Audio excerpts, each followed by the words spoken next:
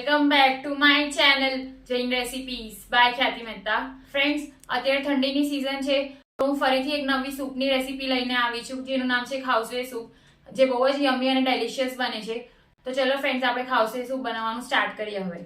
જો તમને મારી આજની બતાવેલી રેસીપી ગમે તો મારી ચેનલને સબસ્ક્રાઈબ જરૂરથી કરજો અને સાથે સાથે બેલ આઇકન પર પણ ક્લિક કરજો. ફ્રેન્ડ્સ, સૂપ બનાવવા માટે સૌથી પહેલાં એક બોલમાં બેસન લઈશું. ત્યારબાદ તેમાં સ્વાદ પ્રમાણે મીઠું, હળદર અને મરચું એડ કરશું. ત્યારબાદ થોડો વેજીટેબલ સ્ટોક એડ કરશું. વેજીટેબલ સ્ટોક બનાવવા માટે 2-3 ગ્લાસ પાણીમાં દૂધી, કોબી, કેપ્સિકમ અને કોથમરીના ડાંઠા આ બધું એડ કરીને તેને બોઇલ કરીને પાણી ગાળીને લઈ લીધું છે. વેજીટેબલ સ્ટોક અવેલેબલ ન હોય તો તમે તેની બદલે સાદું પાણી પણ એડ કરી શકો છો, પણ જો વેજીટેબલ સ્ટોક લેશો તો ટેસ્ટ વધારે સારો આવશે અને સૂપ હેલ્ધી બી બનશે.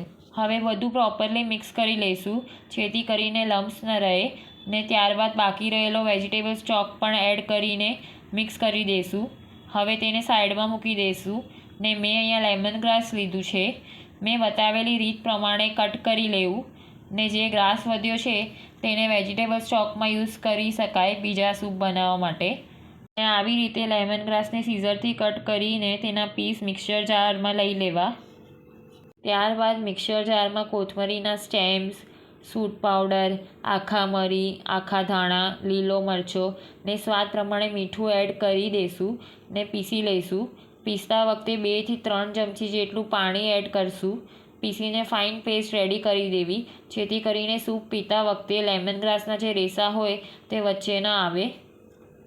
બને એટલી ફાઇન પેસ્ટ જ રેડી કરવાની છે, જરાક પણ અધકચરી ન રાખવી. તમે જોઈ શકો છો પેસ્ટ કેટલી સ્મૂથ અને ફાઇન છે તે. હવે આપણે પેસ્ટને સાઈડમાં મૂકી દઈશું અને સૂપ બનાવવા માટે વઘાર રેડી કરશું. જેની માટે એક કડાઈમાં તેલ એડ કરશું. તેલ થોડુંક ગરમ થાય ત્યારબાદ તેમાં લીમડો એડ કરશું. ત્યારબાદ જે પેસ્ટ રેડી કરી હતી તે એડ કરી દઈશું ને 1 મિનિટ માટે પેસ્ટને સોતે કરી લઈશું.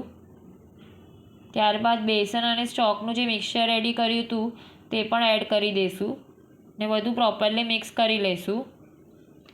ફ્રેન્ડ્સ, જો તમને મારી બતાવેલી રેસીપી ગમે તો ચેનલને લાઇક, શેર અને સબસ્ક્રાઈબ જરૂરથી કરજો અને સાથે સાથે મને કમેન્ટ કરીને જણાવજો રેસીપી કેવી લાગી. હવે 2 મિનિટ માટે કન્ટિન્યુઅસલી સ્પેચ્યુલાથી સ્ટર કરી લઈશું જેથી કરીને બેસન તળિયે ચોંટી ન જાય. ત્યારબાદ મિક્સર જારમાં અને બોલમાં થોડું પાણી એડ કરીને તેને ક્લીન કરીને એડ કરી દઈશું ને 2 મિનિટ માટે બોઇલ થવા દઈશું. ત્યારબાદ સ્વાદ પ્રમાણે મીઠું એડ કરી દઈશું ને વેજીટેબલ લઈ લઈશું. વેજીટેબલમાં મેં અહીંયા રેડ, યલો, ગ્રીન કેપ્સિકમ લીધા છે ને સાથે સાથે ફણસી લીધી છે જેને મેં આવી રીતે ચોપ કરી લીધી છે. તમે જોઈ શકો છો. તે કઢાઈમાં એડ કરી દઈએ. હવે કઢાઈને લીડથી કવર કરી દઈશું ને વેજીટેબલને કૂક થવા દઈશું. વેજીટેબલને બહુ ગાળી નથી નાખવાના, થોડાક સોફ્ટ થાય ત્યાં સુધી જ કૂક કરવાના છે. 3 થી 4 મિનિટ જેટલો સમય થઈ ગયો છે. વેજીટેબલ હજી બરાબર કૂક થયા નથી, થોડા કાચા લાગે છે અને સ્ટોક થોડોક ઓછો લાગે છે, માટે મારા પાસે હજી બીજો જે એક્સ્ટ્રા સ્ટોક વધ્યો છે તે હું એડ કરી દઉં છું ને કઢાઈને લીડથી કવર કરી દઉં છું. 2 મિનિટ થઈ ગઈ છે. હવે આપણે ચેક કરી લઈએ. તમે જોઈ શકો છો વેજીટેબલ કૂક થઈ જવા આવ્યા છે. હવે આપણે કોકોનટ મિલ્ક એડ કરશું. કોકોનટ મિલ્ક આ રેસીપીનો મેઇન ઇન્ગ્રેડિયન્ટ છે, તેને સ્કીપ ન કરવો, તેનાથી ટેસ્ટ સૂપનો બહુ જ સરસ આવશે. કોકોનટ મિલ્ક એડ કર્યા પછી પ્રોપરલી બધું મિક્સ કરી લઈશું.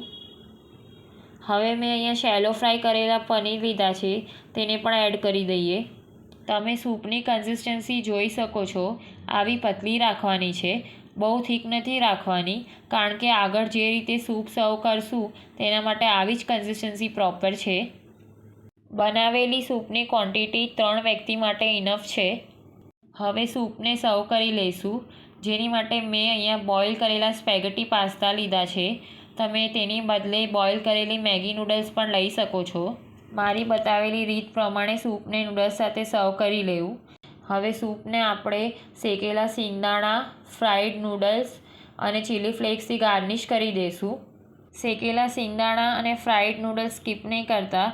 સૂપ પીતા વખતે તેનો જે ક્રંચ આવે છે તેનાથી સૂપ બહુ જ ટેસ્ટી લાગે છે. ખરેખર બહુ જ ટેસ્ટી અને યમ્મી બન્યું છે આપણું ખાવસે સૂપ. તમે ચોક્કસથી આ રેસીપી ટ્રાય કરજો. તો આપણું ખાવસે સૂપ બનીને રેડી છે. Thank you so much for watching my video.